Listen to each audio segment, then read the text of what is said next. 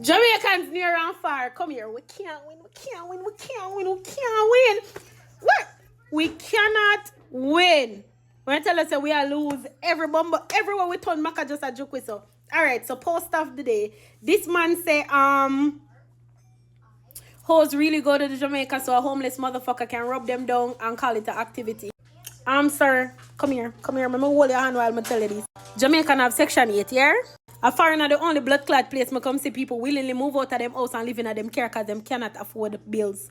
A foreign me come see people miss 1 month of bills and end up on the street side.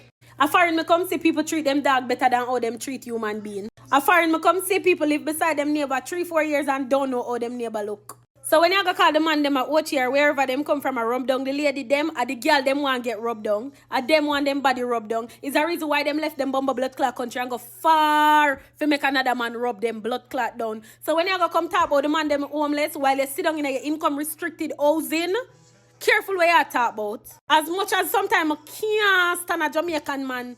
Once you're wrong, you're wrong. Don't come call the blood clot man them homeless. You know how much of them build up them house out of that, the money there where them a make? You know how much of them send them picnic at school out of that? Out of that, the money there where them a make?